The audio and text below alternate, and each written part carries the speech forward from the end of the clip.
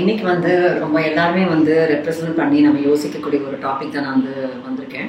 So அதாவது வந்து passive people. So passive பீப்புள்னா அப்படின்னா என்ன அப்படிங்கிறதே முதல்ல நிறைய பேர் தெரியாது. ஸோ ஃபர்ஸ்ட் அதை எக்ஸ்பிளைன் பண்ணுறேன். அந்த மாதிரி இருக்கிறதுனால நன்மைகள்னு நிறைய பேர் நினச்சிட்டு இருக்கோம். அதாவது நீங்கள் ரொம்ப நல்லவங்களா, ஐம் குட் பர்சன், எல்லார்கிட்டையும் நான் நல்ல பேர் வாங்கணும், எல்லாருடைய குட் புக்ஸ்லேயும் நான் இருக்கணும் அப்படி நினைக்கிற ஒரு நபராக இருந்தீங்கன்னா நீங்கள் தான் நான் சொல்கிற ஒரு passive person. That is a pleaser அப்படின்னு நிறைய பேர் கேள்விப்பட்டிருப்பீங்க.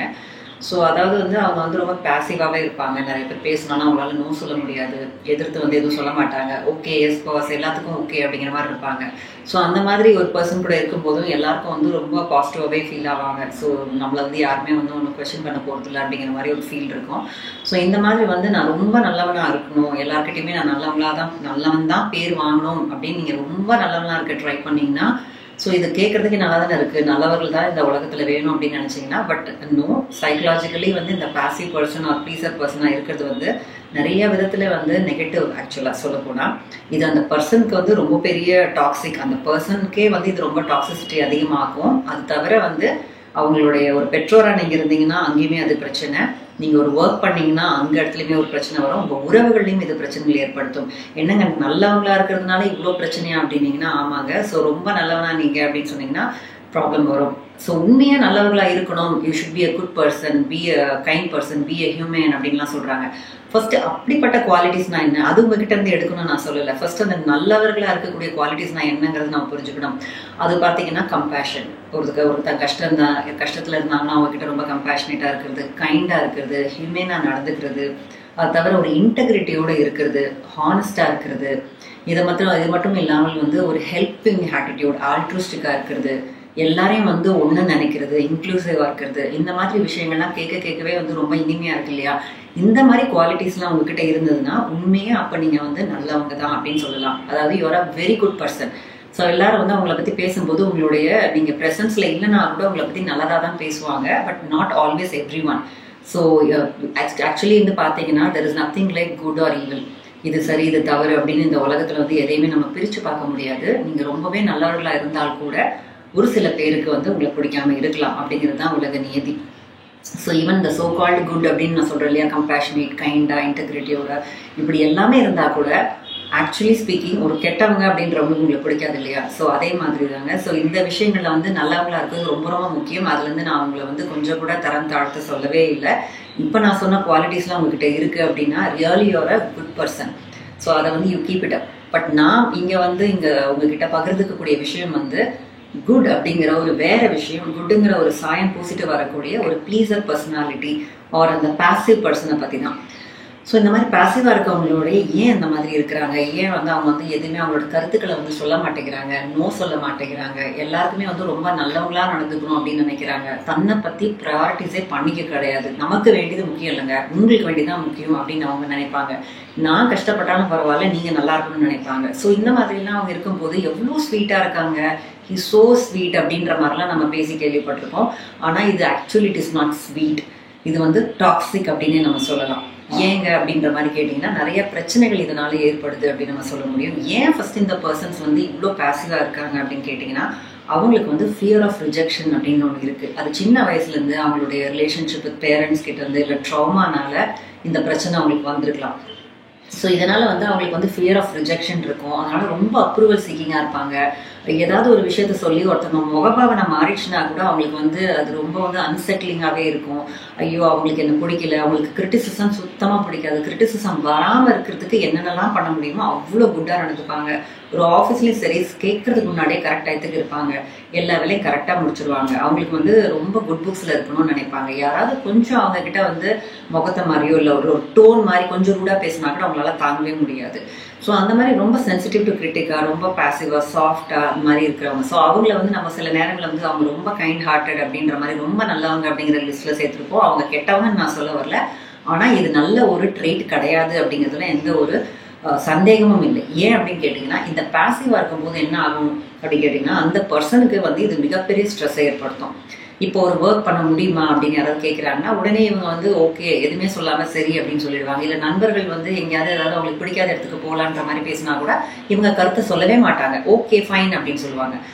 ஸோ அப்படி இருக்கும்போது கொஞ்சம் காலத்தில் இது என்ன ஆகும்னு பார்த்தீங்கன்னா ரிசன்மெண்ட் அதிகமாகிடும் மற்றவங்க மேலே. ரிசன்மெண்ட்னா என்னன்னா கோபமும் வருத்தமும் அதிகமாயிடும். ஏன்னா இவங்க வந்து they will allow everyone to pass over them. ஒரு டோர் மேட் மாதிரி ஆயிடுவாங்க. இந்த மாதிரி இருக்கிறவங்க வந்து இந்த பதிவு கேட்டிருக்க நிறைய பேர் இதை ரிலேட் பண்ண முடியும். நான் அவ்வளோ நல்லது தானே செஞ்சேன், எனக்கு ஏன் மட்டும் கெட்டதே நடக்குது, எல்லாரும் ஏன் என்னை இப்படி ட்ரீட் பண்ணுறாங்க, எல்லாரும் என்னை ஏன் இப்படி தரையில் போட்டு கசக்குறாங்க மிதிக்கிறாங்க அப்படின்னு சொல்லுவாங்க. நீங்கள் பாசிவாக இருந்தீங்கன்னா அது மட்டும்தான் உங்களுக்கு கிடைக்கும் அப்படிங்கிறதுல எந்த சந்தேகமும் இல்லை. ஏன் அப்படின்னா ஒரு பாசிவ் இருக்கவங்க வந்து தனக்காக ஸ்டாண்ட் அப் பண்ண மாட்டாங்கன்றதுனால நிறைய பேர் வந்து இவங்கள மேனிபுலேட்டும் எக்ஸ்ப்ளாய்ட்டும் பண்ணுவாங்க. பொதுவாக இவங்க வந்து நிறைய டாக்ஸிக் பர்சனை இனேபிளஸ் ஆகுறதுக்கு முக்கியமான காரணியாக இருக்காங்கன்னு சொன்னால் மிகையாகாது. இப்போ நார்சிசிஸ்டிக் கேள்விப்பட்டிருப்பீங்க.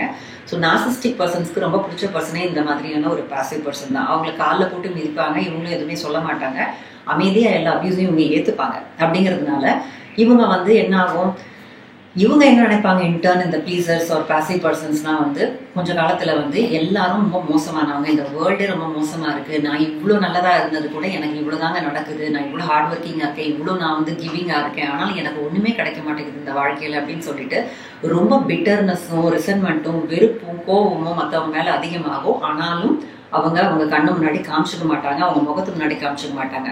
ஆனால் இது அவங்க கொஞ்சம் கொஞ்சமாக அவங்க உடல்நிலையும் சரி அவங்க மனநிலையும் வந்து வெகுவாக வந்து பாதிக்குது அப்படின்னு சொன்னால் மிகையாகாது.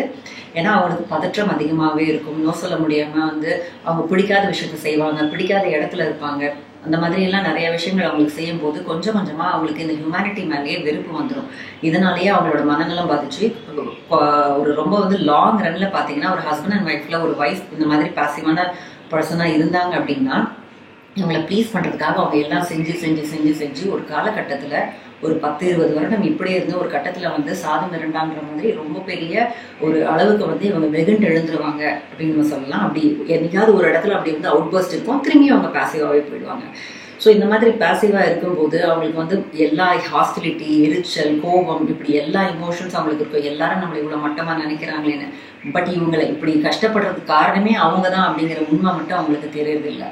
இதை தவிர நீங்கள் ஒரு பேரண்டாக இருக்கீங்க, அதே நேரத்தில் பாசிவாக இருக்கீங்க, அப்படி கைண்டாக இருக்கிறேன் நீங்கள் நினச்சிட்டு பாசிவாக இருக்கீங்கன்னா என்ன ஆகும் அப்படின்னா குழந்தைங்க வந்து என்டைட்டில்டாக ஃபீல் பண்ணுவாங்க, உங்களையே மேனிபுலேட் பண்ணுவாங்க, அவங்களுக்கு வேண்டிய காரியத்தை சாதிச்சுப்பாங்க. நீங்களும் ஒரு பாசிவ் பர்சன் நான் ரொம்ப நல்லவ அப்படிங்கிற பேரில் எல்லாத்தையும் செஞ்சுட்டு அதுக்கான கூலியும் நீங்களே வாங்கிட்டு போயிடுவீங்க அப்படின்னு நம்ம சொல்லலாம். ஸோ இது வந்து ஒரு பேரண்டாக இருந்தாலும் கண்டிப்பாக ஒரு சரியான முறையில் உங்களால் பேரண்டிங் பண்ணவே முடியாது இந்த பாசிவாக இருக்கிற பட்சத்தில். அதே மாதிரி உங்கள் ஒர்க் சிச்சுவேஷன்ஸ்லையுமே சரி, நீங்கள் வந்து எதுவுமே சொல்லாமல் உங்களோட ஒர்க் வில் சஃபர். ப்ரொடக்டிவிட்டிலையுமே வந்து நீங்கள் நிறைய விஷயத்த செய்ய முடியும்னு நினச்சி எல்லாத்தையும் வாங்கி வச்சுக்கிட்டு கடைசியில் குவாலிட்டியாக கொடுக்க முடியாமல், நோ சொல்ல முடியாமல், அதுக்கும் ஜஸ்டிஸ் பண்ண முடியாமல், இல்லை உங்களே உடலையும் வருத்திக்கிட்டு ஸ்ட்ரெஸ் அதிகமாக எடுத்துக்கிட்டு உங்களுடைய மனநலம் உடல்நலத்தையும் பாதிக்கிற மாதிரியான ஒரு விஷயங்கள் தான் இங்கே நடக்கும். ஸோ இதை பார்த்துட்டு இருக்க பாசிவ் பர்சன்ஸ் வந்து நிறைய நேரங்களில் உங்களுக்கு கண்டிப்பாக இந்த ஒரு உலகத்தின் மேலேயே ஒரு வெறுப்பு வந்து ரொம்ப வந்து மூட்டையாக வச்சுருப்பீங்க. ஏன் அப்படின்னா நீங்கள் நினச்சிருப்பீங்க நான் இவ்வளோ நல்லவனாக இருந்து கூட எனக்கு இதுதான் நடக்குது அப்படிங்கிறது. இது நல்லத்தனம் கிடையாது. நல்லவங்க அப்படின்னா யாருன்னு கேட்டிங்கன்னா they are the ones, அவங்களையும் பார்த்துக்க முடியும், மற்றவங்களுக்கும் ரெஸ்பெக்ட் கொடுக்குறவங்க தான் உண்மையாக அந்த சோ கால்டு நல்லவங்க அப்படின்னு நம்ம சொல்லலாம் அந்த கேட்டகரிக்கு. இது வந்து நல்லது கிடையாது. உங்களுக்கு ஒரு ஹிடன் அஜெண்டா இருக்குது. அதாவது நம்மளை யாரும் வந்து பழிச்சு பேசிடக்கூடாது, நம்மளை யாரும் குறை சொல்லிடக்கூடாது, நம்மளை யாரும் எல்லாரும் வந்து அக்செப்ட் பண்ணிக்கணும் அப்படிங்கிற ஒரு ஹிடன் அஜெண்டாவோட நீங்கள் செயல்படுறதுனால நீங்கள் நல்லவர்கள் ஆக மாட்டீங்க. நீங்கள் எப்போ உங்களையும் மதிச்சு பிறரையும் ஈக்குவலாக மதிக்கிறீங்களோ அப்போ தான் உங்களுக்கு சரியான ட்ரீட்மெண்ட் இந்த உலகம் கொடுக்கும் அப்படிங்கிறத நீங்கள் மறக்கக்கூடாது. ஏன் இந்த அளவுக்கு நம்மளுக்கு வந்து செல்ஃப் எஸ்டீம் ரொம்ப கம்மியாக இருக்குது, தாழ்வு மனப்பான்மை ஏன் நம்மளுக்கு இருக்குது, எங்கேருந்து இது வந்தது? இவங்க சொன்னாதான் நம்ம சரியா நம்மளுடைய விஷயங்களை. இப்போ நிறைய ஃப்ரெண்ட்ஸ் வந்து இந்த டீனேஜர்ஸ்லேயே இந்த பழக்கங்கள் ஆரம்பிச்சிடும். எல்லாருக்கும் நம்மளை பிடிக்கணும்னு நினச்சி அவங்களுக்கு ஏற்ற மாதிரி ஒவ்வொரு நாள் ஒவ்வொரு வேஷம் இன்னைக்கு வந்து குழந்தைங்களே போடுறாங்க அப்படிங்கிறத நான் கவுன்சிலிங்கில் பார்க்க முடியுது. இப்போ உண்மையான குணம் அவங்களுக்கு அது இருக்காது, ஆனால் அங்கே போய் நடிப்பாங்க, ஃபேக்காக இருப்பாங்க. ஃபேக்காக இருந்துட்டு அவங்க அந்த குரூப்பில் ஒரு அக்செப்டன்ஸ் வாங்கிப்பாங்க. ஓகே நான் வந்து நிறைய ஹெல்ப் பண்ண முடியும் அப்படின்னு சொல்லிட்டு ஹெல்ப் பண்ணுவாங்க. பட் அவங்களுக்கு அது ஹெல்ப் பண்ணுறதே பிடிக்காது. நிஜமா they are not true to themselves. Fake பண்ணி அந்த குரூப்பில் வந்து ஒரு ஒரு ஒரு பர்சனாக அங்கே போயிடணும்னு பார்ப்பாங்க. But again at the same time they'll resent the group members. இவ்வளோ மோசமாக இருக்கிறாங்க அப்படின்னு நினைப்பாங்க. என்னைக்கு நீங்கள் உங்களுக்கே உண்மையே இல்லாமல் ஒரு வேஷத்தை போடுறீங்களோ அது வந்து நல்லத்தனம் கிடையாது. So really if you want to be a good பர்சன்னா நான் ஏற்கனவே சொன்ன குவாலிட்டிஸ்னால் நீங்கள் கார்னர் பண்ணணும் இல்லையா? இந்த மாதிரியான குட் பர்சன் அப்படின்னு சொல்லிட்டு எல்லாருடைய புக்ஸ்லையும் நான் நல்ல பேர் வாங்கணும், எல்லாருடைய குட் புக்ஸில் நான் இருக்கணும், எல்லாருக்கிட்டையும் நல்ல பேர் வாங்கணும்னு நினச்சிங்கன்னா அது உங்களுக்கும் நல்லதில்லை, உங்களை சுற்றி இருக்கவங்களுக்கும் நல்லதில்லைன்றத விஷயத்த மட்டும் புரிஞ்சுக்கிட்டு நல்லவங்களா இருக்கிறதுனால இந்த உலகம் உங்களை பழிக்கலை. அந்த நல்லவங்க நீங்கள் சொல்கிற டேர்ம்லேயே தப்பு இருக்குங்கிறத நீங்கள் உணர்ந்து இதுலேருந்து எப்படி வெளியில் வரலாம், இந்த fear of rejection and approval seeking tendency எதனால் வருதுங்கிறதையும் நான் உங்களுக்கு எக்ஸ்பிளைன் பண்ணியிருக்கேன். ஸோ அதுலேருந்து நீங்கள் வந்து இதை உணர்ந்து இதுலேருந்து வெளியில் வர பார்க்கணும். அப்படி இல்லை அப்படின்னா நீங்கள் தெரப்பி இந்த மாதிரி எடுத்துக்கிட்டு இந்த ஒரு குணாதிசயம், இந்த ட்ரேட் ஆஃப் யுவர் செல்ஃப் அப்படிங்கிறதுலேருந்து இது நல்லதுன்னு நினச்சிட்டு இருந்தீங்கன்னா தயவு செஞ்சு இதுலேருந்து இது ஒரு நல்ல குவாலிட்டி கிடையாது அப்படிங்கிறத புரிஞ்சுட்டு முதல்ல உங்களை நீங்கள் ரெஸ்பெக்ட் பண்ணினா மட்டும்தான் இந்த உலகம் உங்களை நல்லா ட்ரீட் பண்ணணும் அப்படிங்கிற உண்மையை புரிஞ்சுக்கிட்டு இந்த ஹேபிட்லேருந்து வெளியில் வரதுக்கு இட்ஸ் அ ஹை டைம் அப்படின்னு நான் சொல்லிக்க முடியும். ஸோ இந்த மாதிரியான பர்சனை உங்களுக்கு சுற்றி நீங்கள் பார்த்தாலோ அது நீங்களாவே இருந்தாலோ கண்டிப்பாக இந்த வீடியோஸை ஷேர் பண்ணுங்கள். ஸோ இன்னொரு முக்கியமான ஒரு பதிவோடு நான் உங்களை எல்லாரும் சந்திக்கிறேன். நன்றி, வணக்கம்.